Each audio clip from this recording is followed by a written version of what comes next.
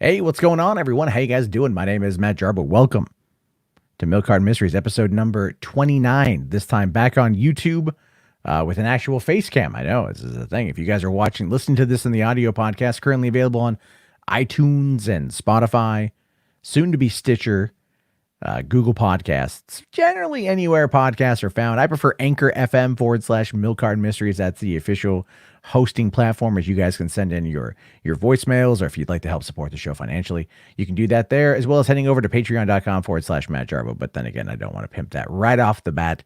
I want to get into the stories of the day. The stories of the day, folks, are going to be fascinating because we've got 3 to cover.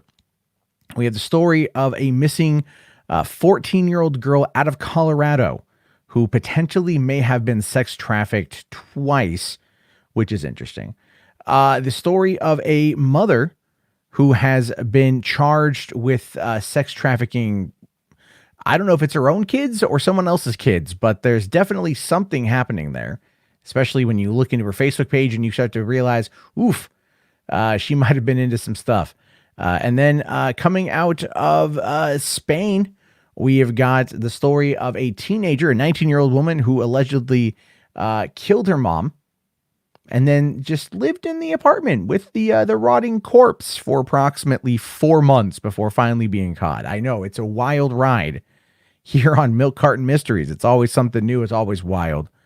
And as always, I appreciate every single one of you that listens. We've been growing quite a bit over on the audio side of things, and I look forward to bringing you these stories, generally speaking, Monday through Friday, although I miss a couple days here and there, but that's my own fault. But I appreciate you guys checking out. Be sure to also head over to facebook.com /groups / the Milk Carton in order to get in on the action yourself and keep up with the conversations and submit your own stories that can find their way here on the podcast. So let's take a look here at the first story, which of course is Erie, Colorado police departments are currently searching for a missing teen last seen 8 days ago. So this is 8 days, 9 days now. I think this article is a day old, but this young girl has been missing for roughly 9, almost 10 days. And this is her story. So this is from her mom.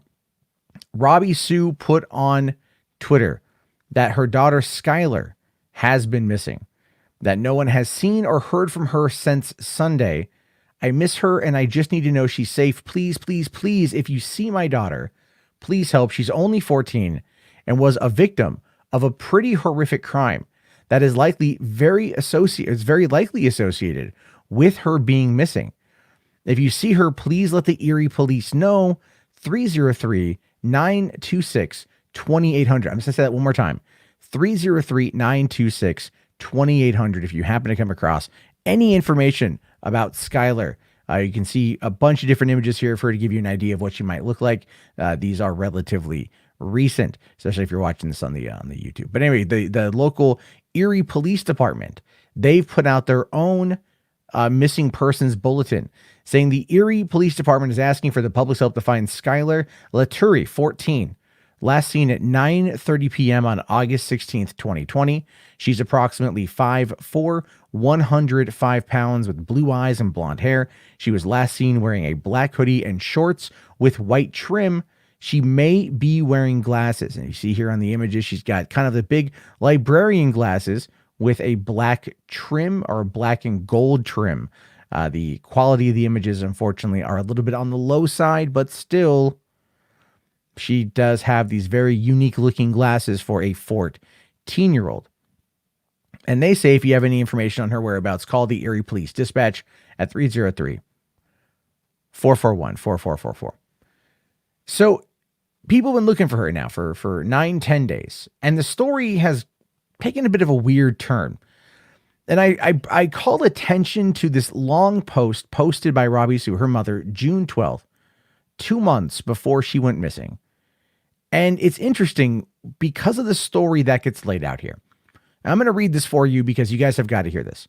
So Robbie says, I have seen posts lately saying that police departments should be defunded. I am 100% against police brutality. However, we cannot defund police departments. Here's a short story explaining why we need the police. Monday night, my 14-year-old thought it would be fun and games to sneak out her window and go with a friend to a party to hang out. I woke up Tuesday morning to find my 14-year-old daughter missing. The first thing I did was contact the police department to file a missing persons report. Without a police department to call, where would I have filed the report? The police department took the information and put out a bulletin to all law enforcement agencies, letting them know that a 14-year-old girl was missing. I also put the information on social media, hoping someone would see Skylar and notify me of her location. Despite thousands of shares and people all over the country looking for her, I did not receive one legitimate tip to her actual location. After 24 hours, a personal page was set up to find her. Still no luck. Finally, Wednesday afternoon, the Colorado State Patrol made a traffic stop and my daughter was finally located. She was found with the most horrible type of people imaginable. If it had not been for that traffic stop, my baby girl would have been in a human trafficking case and probably never seen again. Not only has the Colorado State Patrol helped save my daughter, the Erie and Wheat Ridge police departments both stayed involved in the situation to help bring her home. The FBI is also involved to ensure my daughter receives justice for the trauma she was exposed to. So, I mean, you have a situation here where she explains a story where 2 months prior, Skylar snuck out of the house, went to a party, was kidnapped, and was in the process of being sex trafficked for 2 days around the state of Colorado, was found by Colorado State Patrol, returned home. Okay. I mean, I'm not disparaging that. I have no evidence to suggest otherwise. I mean, I don't know. Something about this just seems weird. Now, coming over here to some Facebook posts that I found. A friend of the family, this girl here on the left, she says, talking about another news report, she left this on a comment of a news report that was shared by the mom. This report completely leaves out what happened back in June when she snuck out. She came into contact with human traffickers who had her halfway to Texas. She is now missing again before the final interview to finish the case. So she met human traffickers or came into contact with human traffickers. She was in the process of finishing her last interview with them, with the authorities, before she went missing again. Again, weird.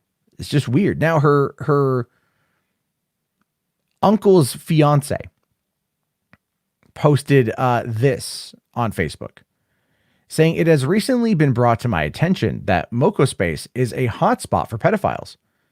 Considering this video is 8 years old, this is an ongoing and very big problem. I personally know someone very close to me who was victimized by multiple pedophiles on this website. She was literally on her way to be sold in a sex trafficking ring, but was thankfully stopped by local law enforcement. However, even with a court subpoena, Mokospace would share very little to no information with the police. To make matters worse, the child was taken again. But will Mokospace provide the information we need to help find her? No. This social media platform needs to be shut down. Let's make people aware. And so she's got some hashtags there: save our children now, and another save our children.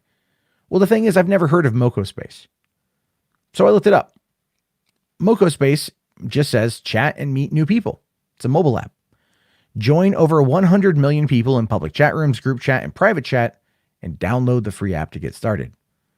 So it's an anonymous chat line. Well, I mean, anyone can sign up. Looking into the Wikipedia, it appears that it actually has done pretty well financially.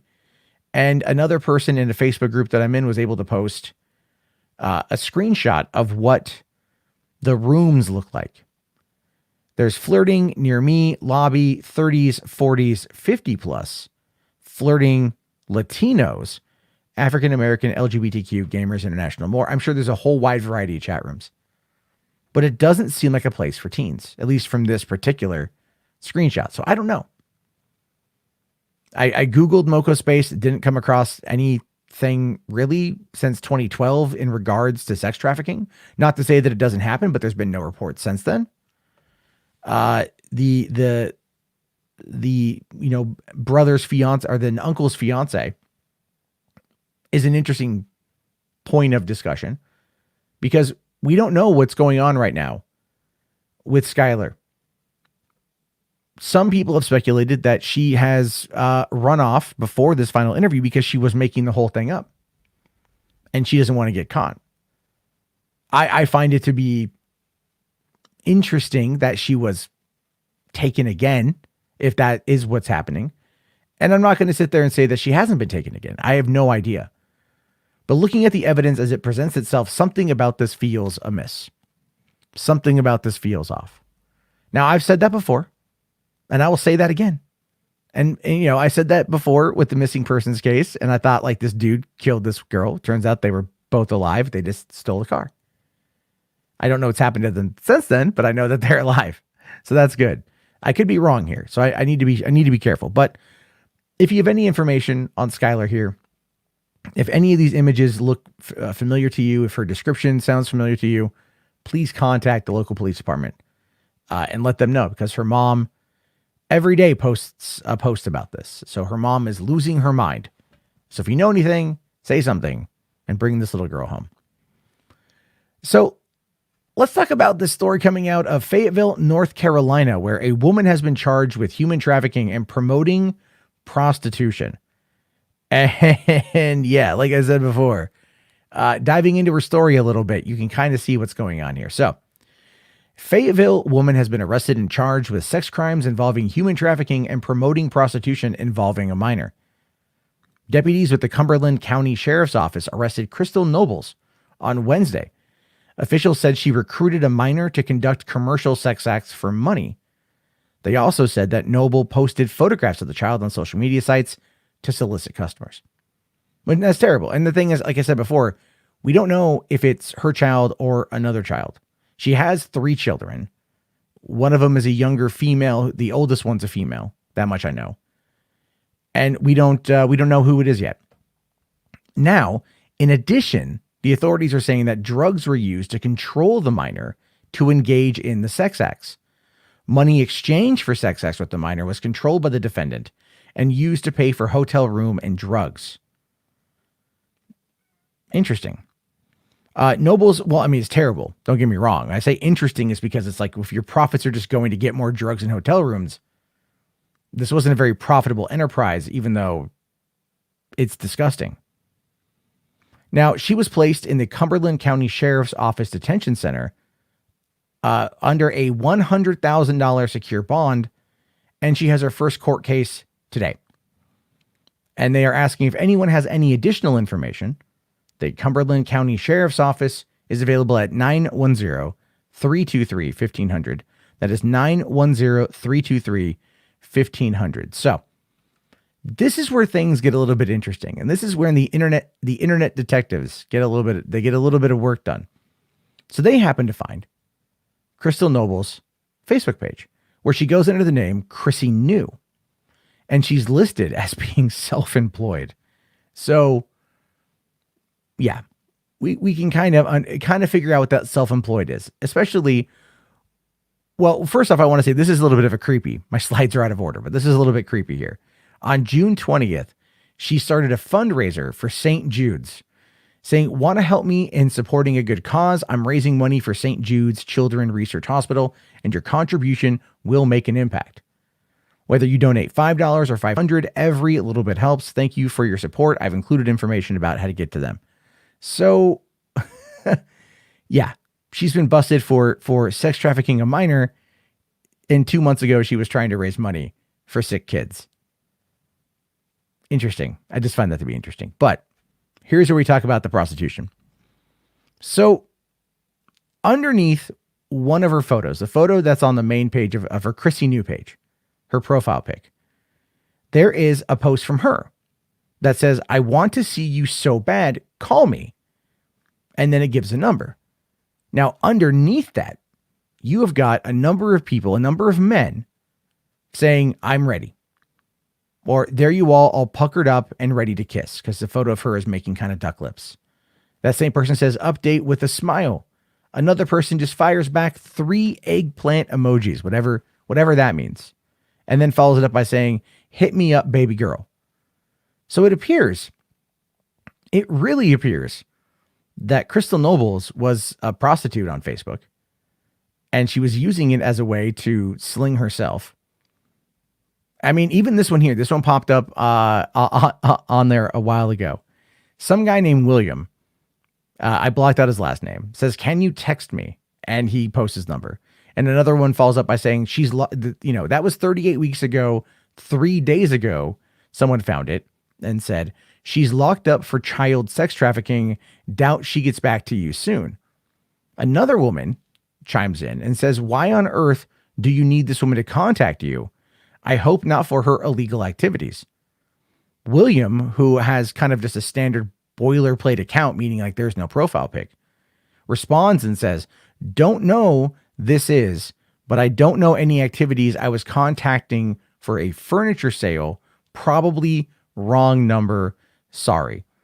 Now that, of course, is being speculated as a potential John by people out there who are trying to then figure this out. The internet detectives, the internet Karens, if you will, are trying to ascertain the identity, I think, of this William person and whether or not he's a John or he simply is just a confused person who's trying to buy furniture on Facebook.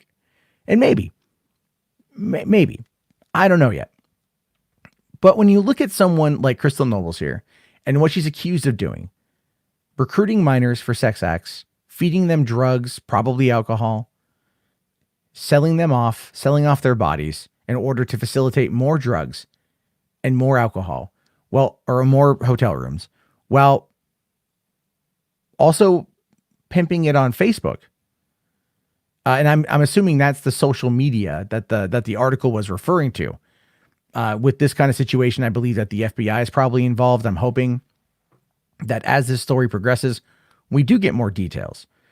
And I say that because I feel like when we get more details, we get a better understanding of how people facilitate these acts. They sell them. So then the average person can be more on the lookout. Code words, code names, places like Backpage or Craigslist, things along those lines, for purely informational purposes. And that's, as a way to try to stop it, because I do feel like this stuff goes on. It doesn't get stopped as often as it should. But I'm glad they got this lady. $100,000 secure bond. Yeah, they got some evidence. So finally, let's talk about this story here. This is coming out of Spain.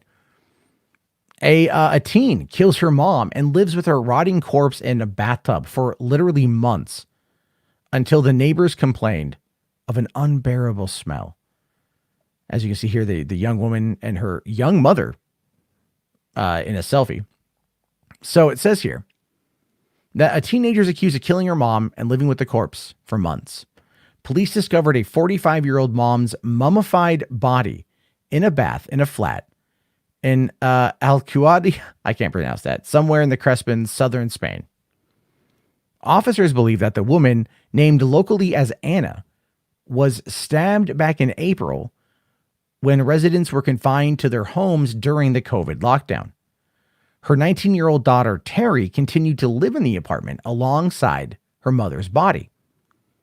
Neighbors did say that there was a vile stench around the 4-story block of flats. That's crazy.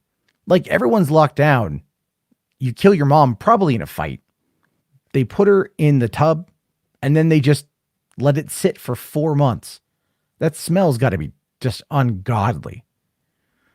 Now, this is where it gets interesting. So, however, the neighbors didn't suspect the smell was from a body. They just thought, oh, there's a terrible smell out here. What's coming from? It's understood that Teri and her boyfriend, who's also 19, have been arrested and are due to be charged with the death of the mother, who worked as a cleaner and a carer. The young couple had been staying with the divorced mother of 2, but the neighbors often heard them rowing. So this is from a Metro article or Sun article. So rowing is English for fighting. Cops were finally called to the flat after Teri allegedly confessed to her male friend that she had fatally stabbed her mom. He alerted the police, and the officers discovered the victim's remains when they entered the flat on Thursday morning. Due to the mummified condition of the body, a coroner was unable to determine the exact date of Anna's death. But the Olive Press and La Provincias reported that the mom died back in April. Teri then lived, and I'm assuming her boyfriend was there too, with the corpse for 4 months, despite the stench of rotting flesh, it claimed. I mean, that's some crazy ass sadistic shit right there, if you want my honest opinion. Stabs the mom, dumps her in the tub, lets it rot. The smell, most likely maggots, to the point of where when they find her body, they describe it as being mummified. They describe it as being just disgusting. I mean, it takes a lot to like do that. Now, granted, you know, there's probably a fair amount of fear that went into this. There's probably a fair amount of fear that Teri had, her boyfriend had, living with this for 4 months. You know, and I, I don't blame him for having that fear. I just don't blame him for it. You know, people do this kind of stuff in a moment of passion, crime of passion. Then they're left with the consequences, especially during a pandemic. They freaked out, and now they confessed, and now they're going to jail. And good. This is just a weird story. People do crazy things in lockdown. So I guess it's kind of add this one to the list, unfortunately. As always, though, I do want to hear your thoughts, so you guys have to let me know how you feel about this one. And that actually wraps up today's episode of Milk Carton Mysteries. Thank you guys very much for hanging out with me. These stories are kind of wild. I do really hope that that the young girl, Skylar, is found. I hope that all missing children are found. I do want to put more of an emphasis on missing kids, missing people during some of the stories. So if you find any, please let me know. Facebook.com/groups/The Milk Carton. As always, you guys can find this on iTunes, on Spotify, Google Podcasts, soon to be Stitcher, as well as anchor.fm/Milk Carton Mysteries is a great way. You can call in if you get the app. You can download it, and you can get your hands on a voicemail line. You can call right in, leave a voicemail, and we'll add it to the show. All right, everyone. Thank you very much for watching. Have yourself a great, or listening. It's the YouTuber in me. Have yourself a great day. I'll talk to you guys tomorrow. Don't kill anyone, and peace out.